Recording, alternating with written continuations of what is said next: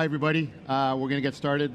Allow me to introduce myself. My name is Frank Mariage. I'm a senior partner with Fasken, which is a Canadian law firm, biggest law firm in Canada. I head our Montreal, our mining group for Quebec, and I'm a senior leader of our global mining group. Pleasure to moderate today's panel entitled Takes Two to Tango, Investor and Customer Countries Stepping Up to Finance Mineral Supply in Developing Regions. So what does that mean exactly? Well, let's look at the Kingdom of Saudi Arabia, for example. As part of its Vision 2030, which is spearheaded by His Royal Highness Prince Mohammed bin Salman, the Kingdom is set to invest an outstanding $41 billion in Africa. These investments outline the Kingdom's agenda to expand its economic horizons beyond oil, positioning the mining and mineral sector as a cornerstone of its future economy. Now, with my fellow panelists, let's look at some of the key factors and challenges behind these types of investments. Let me introduce my panel very quickly. Marcel de Groot, co-founder and president of Pathway Capital. Rémi Piette, co-founder and senior partner of Embelly Advisory. Ludwin Wouters, managing director of Latitude 5. And Mr. Peter Marone, chairman and CEO of Allied Gold. Thank you for accepting to play part in this panel.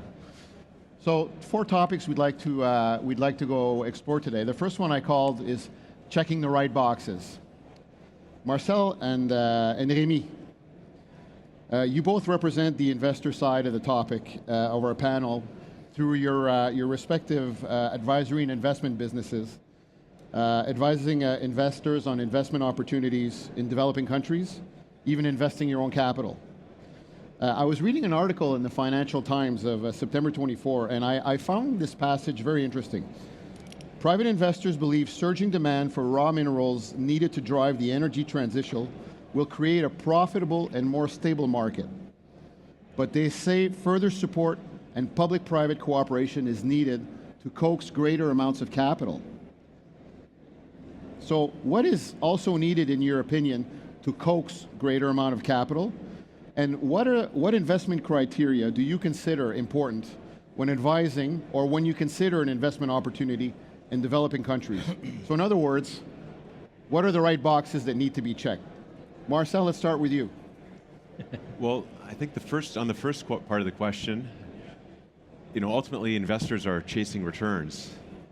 And so anything a government does that will enhance the return for investors is going to attract more capital. So examples of that would be tax incentives, such as what they have in Canada, where they have flow-through credits for exploration, so that if an investor invests in exploration within Canada, they can write off that investment.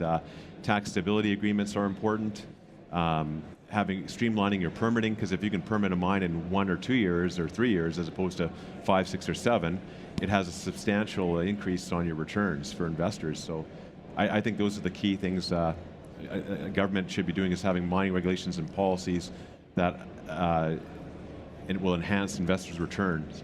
On the second question, with respect to what we look at in considering an investment, I mean, the first thing we look at is the geology. Is there a prize worth fighting for and worth taking all the risk to achieve? And then we look at factors such as infrastructure of the country, government stability, because in mining you make money in the long term, and so it takes a lot of years to recoup your capital, so you need to see a runway in which to do that. Is the government support the industry, regulations that allow you to move things forward? Is there social support, et cetera? And ultimately rule of law, does the rule of law apply within that country? For example, I mean, all the things that Saudi has, in the sense that in 50 years, I don't think they've ever broken an agreement, and that's why I think they'll be very successful in opening up their mining industry. Jamie? Maybe to complete on Marcel, I always agree on many things that he says. I mean, we're seeing, obviously, in terms of frontier jurisdictions, all countries are very different. Some countries are very supportive of mining investors, others less so. I mean, one of our partner, Power Nickel, just won a license yesterday in Saudi Arabia. We saw the kind of streamlining process and support from the government. It's not happening in every jurisdiction, obviously, in that case. So that's something quite important.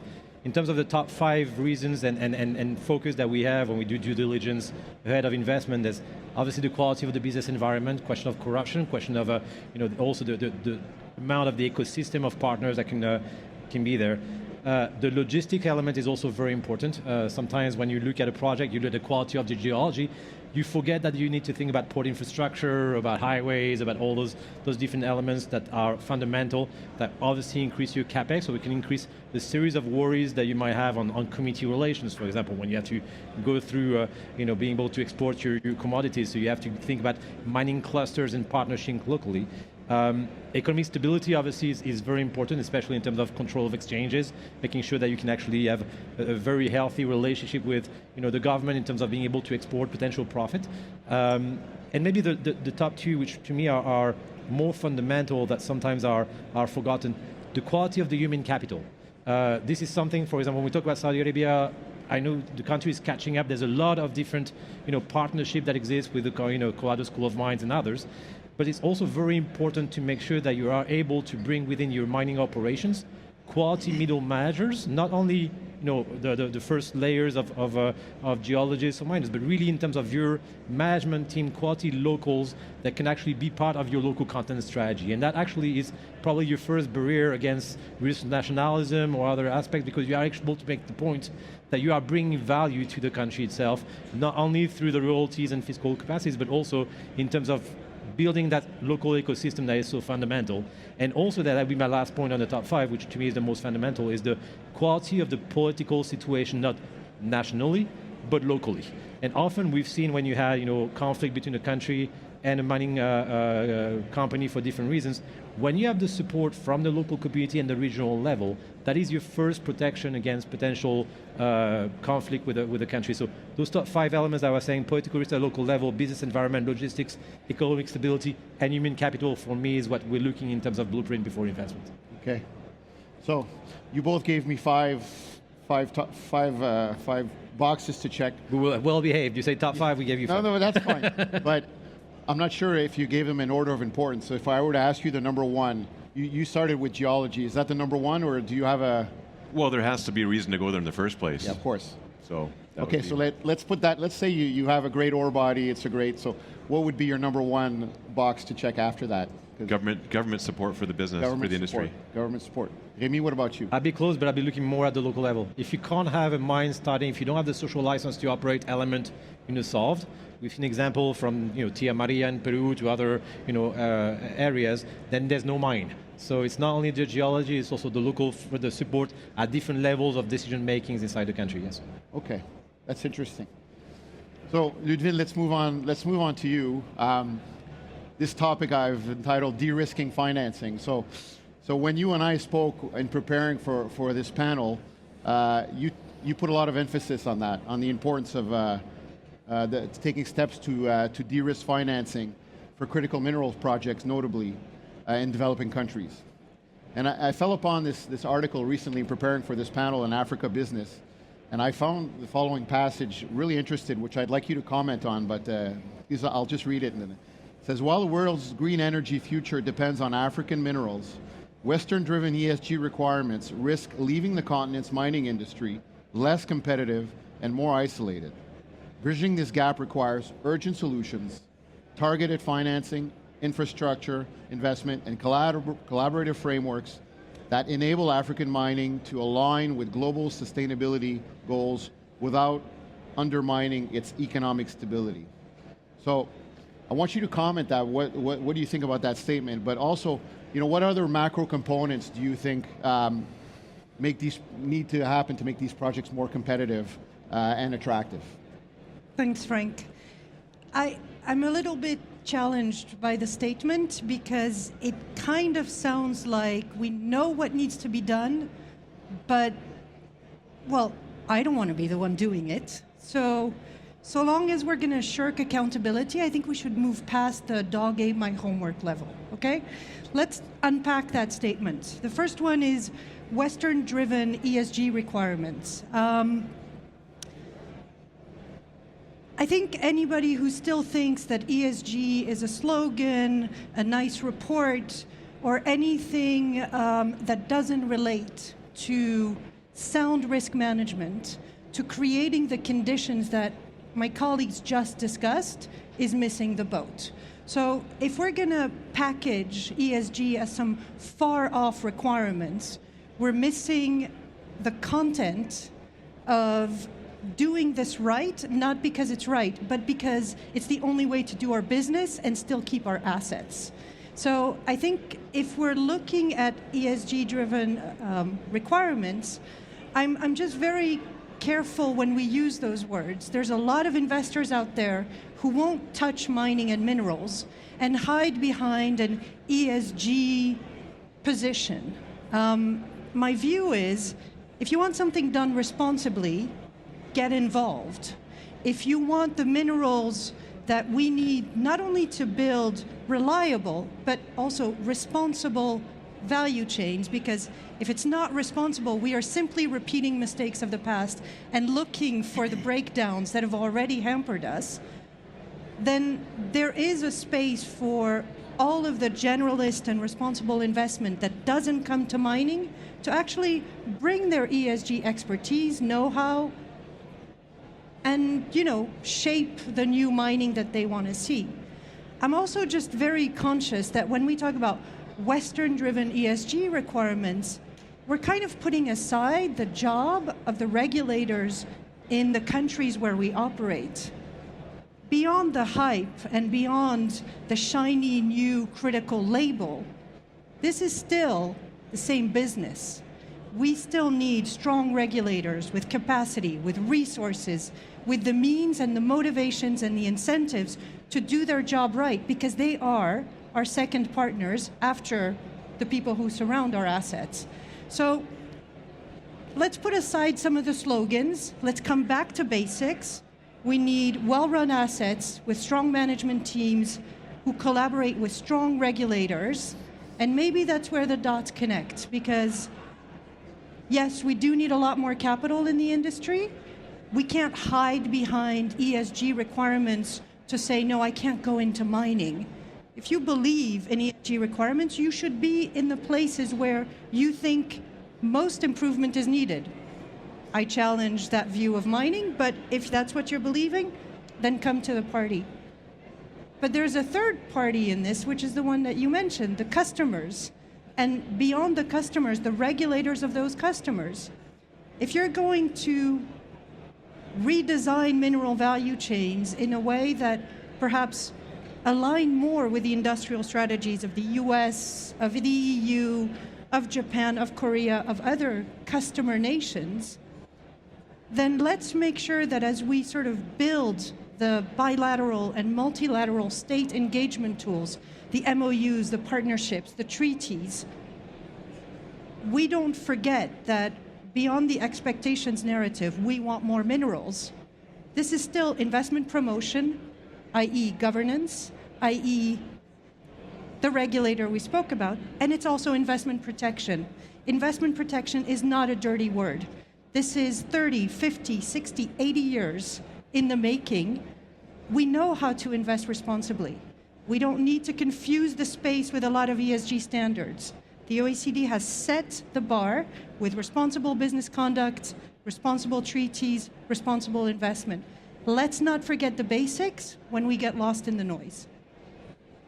So are you saying there are too many ESG standards out there? No, I think it's important that the ESG standards have emerged. It's normal that in an industry as diverse, as complex as ours, there would be a flurry of them. It's normal that there's a maturity period where we see more consolidation. But as policy shapers engage in this, they shouldn't be confused with that noise. Policy shapers do have a backbone they can go back to, and that's everything the OECD has structured for responsible business conduct and responsible investment. Let's not confuse everybody's job. Okay. So, not to put you on the spot, but Remy and Marcel talked about checking the boxes, and I asked them what their number one was. What's your number one? My number one is a strong regulator with the means and the capacity to enforce their regulation, but more importantly, to be a partner to the asset. Okay. Thank you. Peter, let's move on to you. And third topic I want. We're doing well so far. We're on time, so congratulations to that. So, but you do have some time, Peter, actually. You know, I wanted to look at the mining company government role in mining investments, and obviously, Peter, you as CEO of Allied Gold, which has been very successful in Africa with 2 producing gold mines, one in Mali, one in Côte d'Ivoire, and another development stage project in Ethiopia.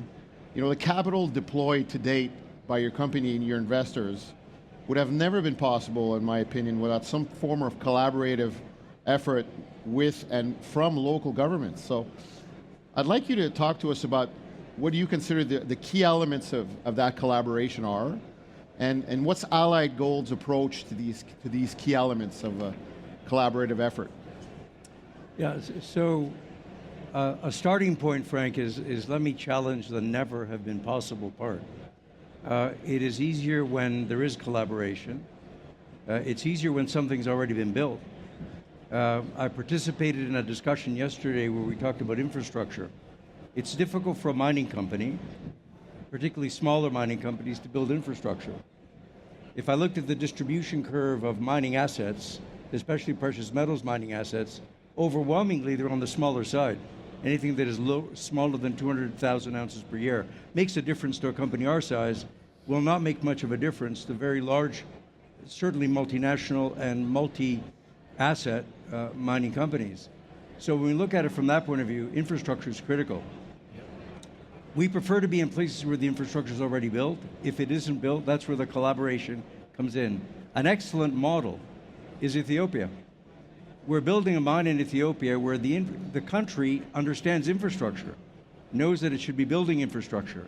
How many countries in the world, let alone in Africa, have built a 5,000 megawatt, that's 5,000 megawatt hydroelectric power plant, designed by Europeans but built by Ethiopians?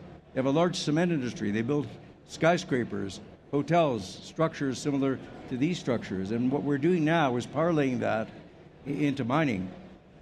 The approach that we've taken with the Ethiopian government is, in collaboration, is become an investor in the asset.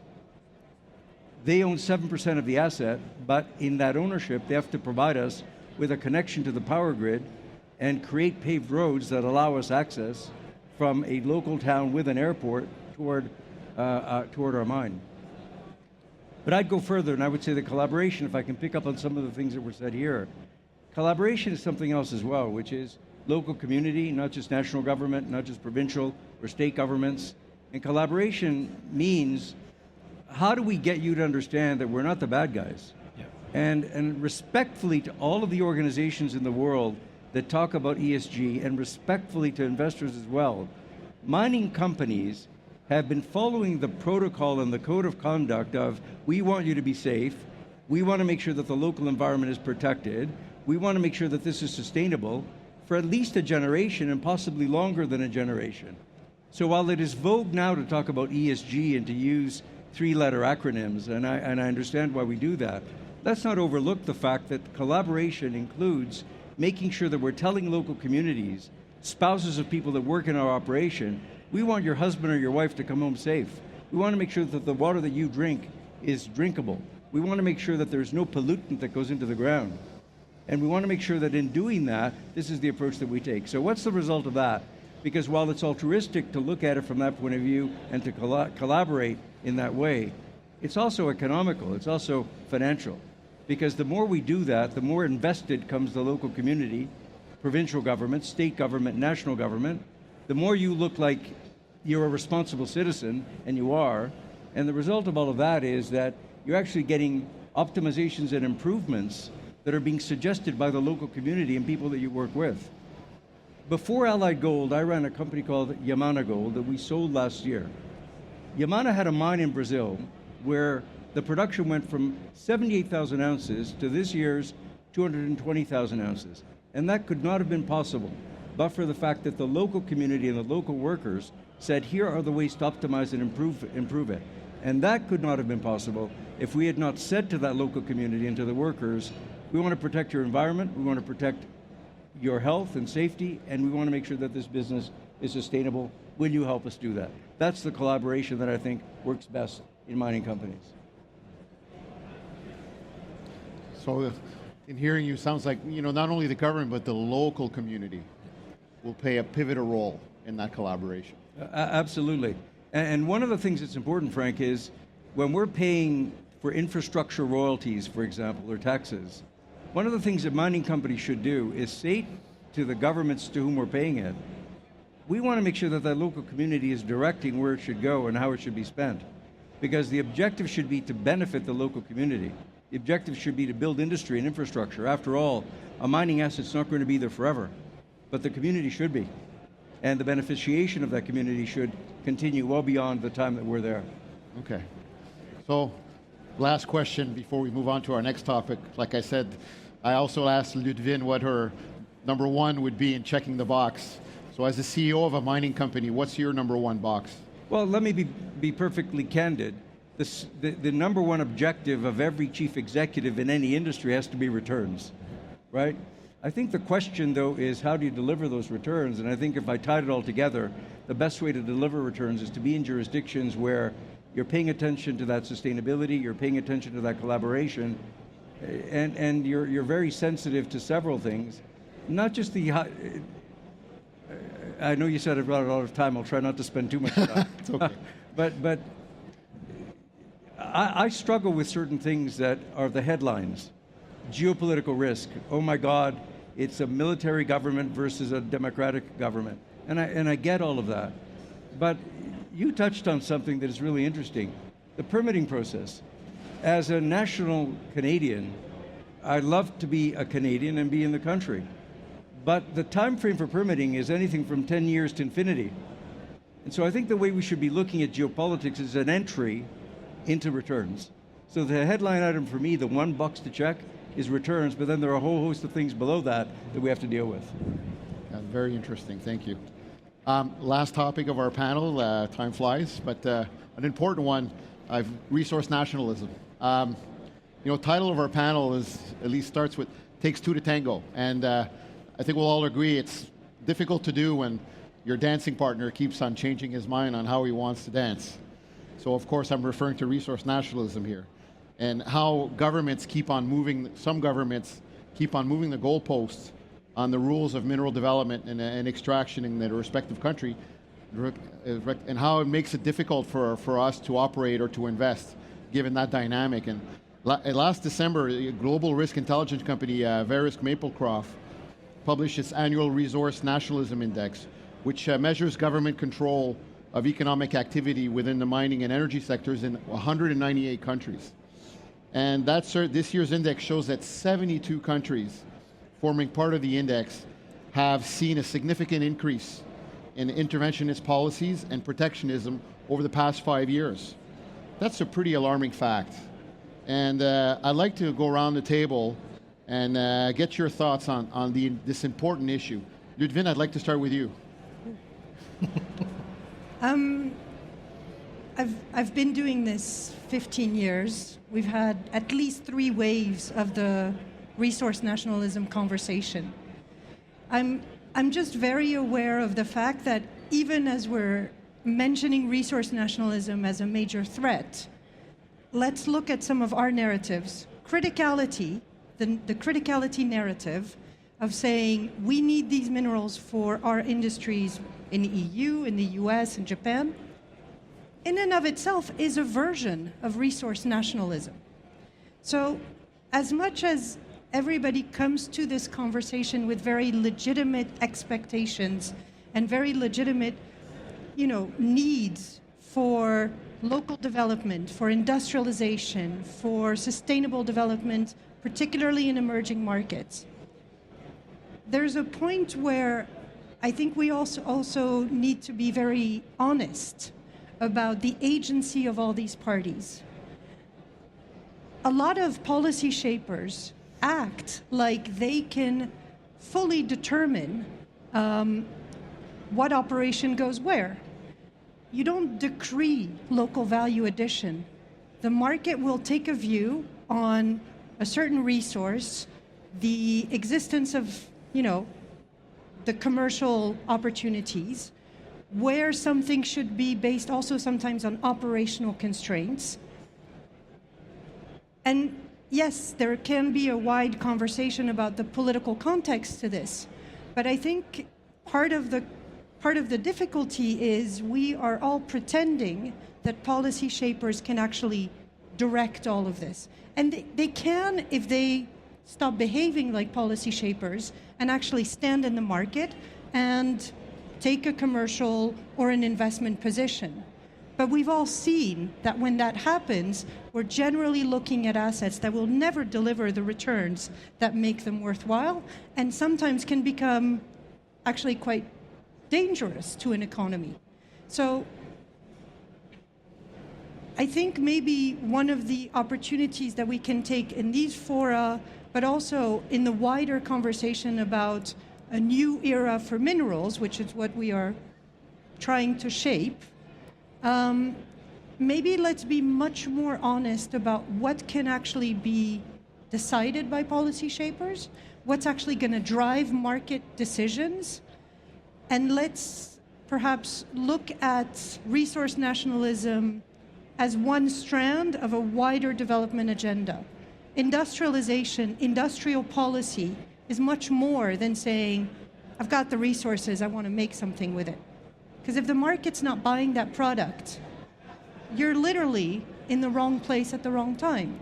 And that goes for everybody. When the EU says it wants to reshore a certain number of processing capacity, we've got idle processing capacity in the EU right now. Let's just be very clear about what's achievable and what the actual goals are. Okay. Let's go on the investor advisory angle. So, Rémi, what's your take on the resource nationalism? But for me, resource nationalism is about making sure that you secure for your country a certain amount of the value created by the operation. And it's a legitimate objective from any government. And I'm always surprised by the fact that people wake up from time to time about resource nationalism. It's not something that you mitigate just a year before your operation starts or whomever. It's about being able to enter in a country with strong partnership, with strong capacities to work with the government. If you do so, you will mitigate by itself against that resource nationalism risk. In Mali, for example, you see obviously some companies that have issues, but not all of them, if you actually look into details. And not everyone is actually affected by resource nationalism the same way. When we talked about Mexico, Brazil, different countries, I mean, Yamana didn't really have a lot of issues against resource nationalism. Not to throw you flowers, it's because Yamana was a well-run company and understood its participation within Brazil and within other, jurisdictions. You have companies that arrive in a country with a short-term vision, obviously having to answer some demands from markets or different things. But same as ESG, which is obviously about trying to mitigate environmental issues. The real thing is about a risk that you have to mitigate. If you don't have the right ESG structure into your community relation policies into your company, then you actually face a very important risk. If you don't have the mentality of engaging in a country with local partners, of understanding the country's need and interest into entering to industrialization phase, then you will actually expose yourself against that risk of resource nationalism. But it's not a given. You can actually have the right strategy in place to make sure that you mitigate ahead of time, and you will not face the same issues that other companies that are short-minded will have to face. We still have a couple of minutes. Marcel? Well, I think it's a cycle that's been around. I've been investing in the space for 30 years now, and it's with some countries you almost set your watch to it. They create conditions that invite investment, and then they just take more and more and more, and until they break the business. And so, I mean, especially in some developing nations, it can be their greatest source of capital, and these countries the governments need as much capital as possible, and so more and more pressure arises. I mean, the best thing we can do is be good corporate citizens. I think educate the workforce, educate the people, the communities, be a good partner, so that that if the government starts to step in and hurt the industry, those who have the stakeholders, being the community, and can help stave that off. Peter? As a CEO of a mining company who's had to live through these issues, what's your take on it? I think we have to, Frank, distinguish between what's the policy and the objective and what's the method of delivery. And sometimes the method of delivery, which is blunt force, as you see in some places, is confused with the policy and the message. And the policy and the message is not a bad one, but let's put it in context. economic nationalism is happening everywhere. As Canadians looking south of the border, we're seeing it happen south of the border. As Canadians, nationalism, economic nationalism includes increasing tax rates. I'm loath to think of what has happened to capital gains tax in Canada, but that's another form of economic nationalism. So let's distinguish the message and the policy from the delivery. And the blunt force in many jurisdictions is what scares us, what creates the geopolitical issue, and we're overlooking what is the message. And even in countries like Mali that have demonstrated some blunt force, and we've made it clear that, look, this is not something that the broader community should consider acceptable. What's the message? The message is we're trying to create industry. It can't just be that you extract the metals and then there's nothing left.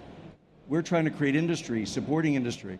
So I think as mining companies and as investors, what we have to do is say, how do we tone down the blunt force? How do we tone down the delivery? And how do we cooperatively go toward what you're trying to create?